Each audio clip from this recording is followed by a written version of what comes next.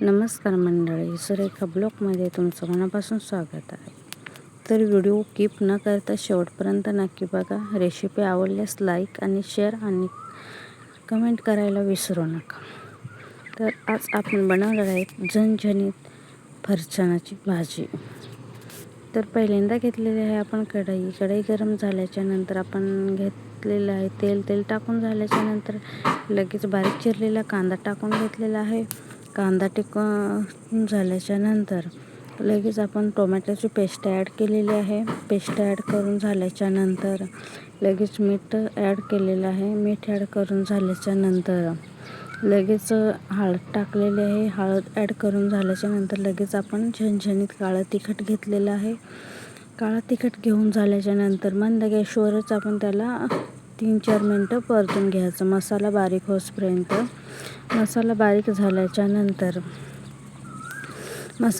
झाल्याच्या नंतर आपण 5-6 मिनटं त्याला मस्तपैकी मंद गॅसवरच परतून घेऊया. परतून झाल्याच्या नंतर आपण बारीक चिरलेली कोथिंबीर त्याच्यात ॲड करून घ्यायची. कोथिंबीर ॲड करून झाल्याच्या नंतर लगेच आपण ते अजून 2-3 मिनटं आपण त्याला मंद गॅसवरच एकजीव होईपर्यंत हे करून घ्यायचं. त्यानंतर आपल्याला जितका रस्सा भाजी पाहिजे तितका आपण त्याच्यात पाणी ॲड करायचं. आपल्याला किती रस्सा पाहिजे, कितका रस्सा पाहिजे तेवढं पाणी आपण करायचं. पाणी ॲड करून झाल्याच्या नंतर 2-3 मस्त उकळी येईपर्यंत पाणी ते रस्सा आहे तो आपण गरम करून घ्यायचा.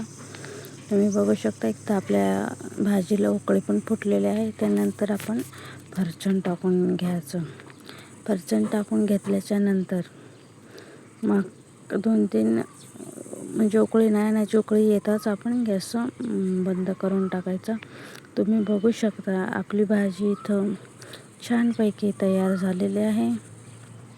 गॅस बंद करायचा आणि मग काय लगेच खायला घ्यायचं. तर तुम्हाला ही रेसिपी आवडल्यास नक्की लाईक आणि शेअर आणि सबस्क्राईब करायला विसरू नका. असेच नवनवीन व्हिडिओ मी नक्की तुमच्यापर्यंत शेअर करत राहीन. तर व्हिडिओ कीप न करता शेवटपर्यंत नक्की बघा. नक्की तुम्हाला आवडेल. Bye bye. नक्की पुढच्या ब्लॉगमध्ये भेटू.